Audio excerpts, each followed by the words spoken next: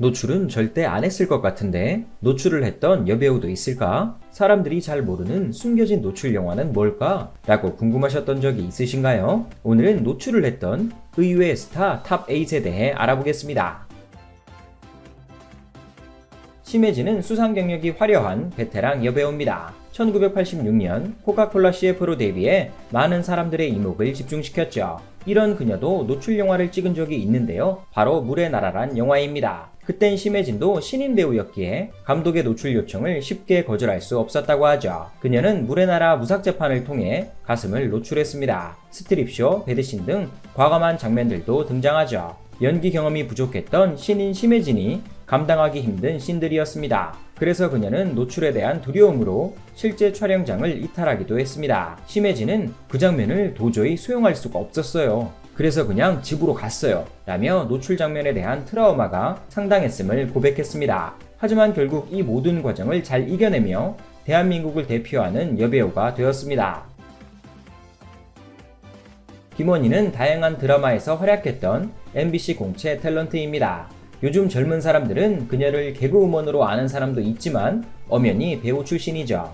김원희는 데뷔하던 해 사랑전쟁이란 작품에서 노출을 시도합니다. 오래된 영화라 잘 모르는 사람이 많지만 그녀는 이 작품을 통해 가슴을 노출했습니다. 이 작품에선 김상중도 함께 출연했는데 당시 남자 주인공으로 활약했죠. 한 네티즌은 노출신이 궁금했는지 이 영화를 어떻게 보냐며 질문을 올리기도 했습니다. 답변을 보면 시네마TV에 가끔씩 나온다고 합니다.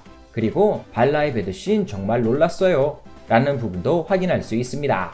이후 무난한 작품에 출연하던 김원희는 어느 순간 MC로 데뷔합니다. 현재 연기는 쉬고 있지만 우리나라를 대표하는 여성 MC가 되었습니다. 류현경은 중학교 1학년 때부터 연기를 시작한 아역 배우 출신입니다.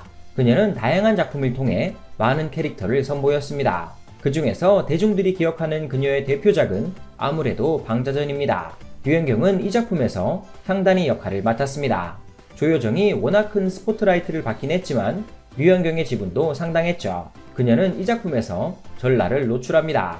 류승범과의 과감한 배드신을 통해 인상 깊은 연기력을 선보이죠. 그리고 대사 하나하나가 정말 주옥 같았습니다.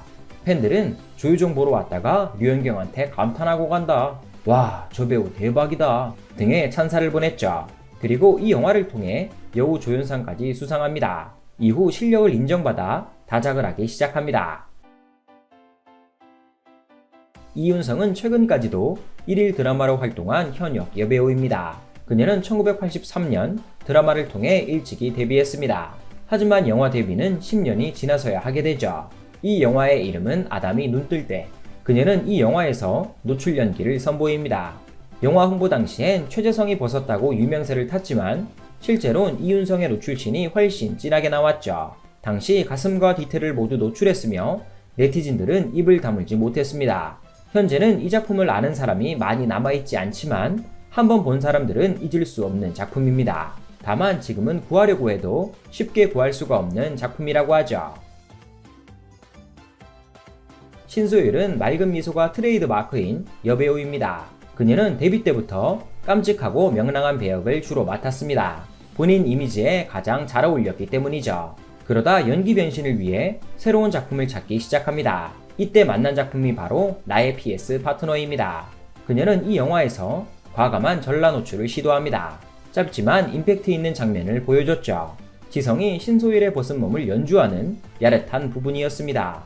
덕분에 주연을 맡았던 지성과 김하중을 능가하는 화제성을 챙겼습니다. 신소율 본인 또한 이 영화는 제 인생의 인생작이에요 라며 엄지를 치켜세웠죠. 왜냐하면 이 작품을 계기로 신소율에게도 섹시가 있음을 보여줬기 때문입니다.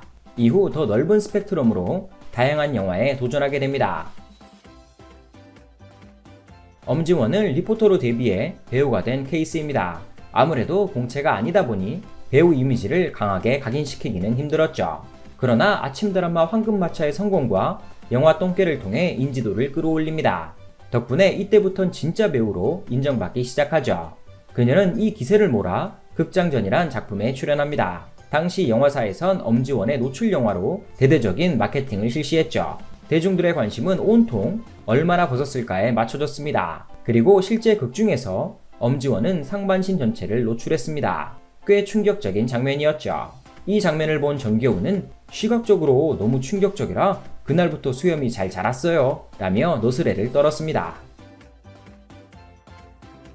이소연은 데뷔 다음에 바로 노출 영화를 찍은 과감한 여배우입니다. 그녀가 출연한 작품은 스캔들, 조선남녀 상렬지사였습니다. 평소 사극에 잘 어울린다던 평가를 받던 그녀였기에 대중들의 기대가 컸습니다. 더불어 이 영화는 배용준이 출연한 것으로 화제를 모았는데 그 중심엔 노출신이 있었습니다. 특히 여배우였던 이소연과의 배드신이 주목을 받았죠. 극중 이소연은 배용준에게 완전 빠져버린 여인으로 나옵니다. 배용준의 말이라면 모두 따르는 을의 모습을 보여줬죠. 연기력이 괜찮았던 덕분일까요? 이소연은 이 영화 이후에 많은 작품에 출연했습니다. 드라마와 영화를 가리지 않고 종횡무진 활약하죠. 현재도 주조연급의 역할을 번갈아 맡으며 필모그래피를 쌓고 있습니다.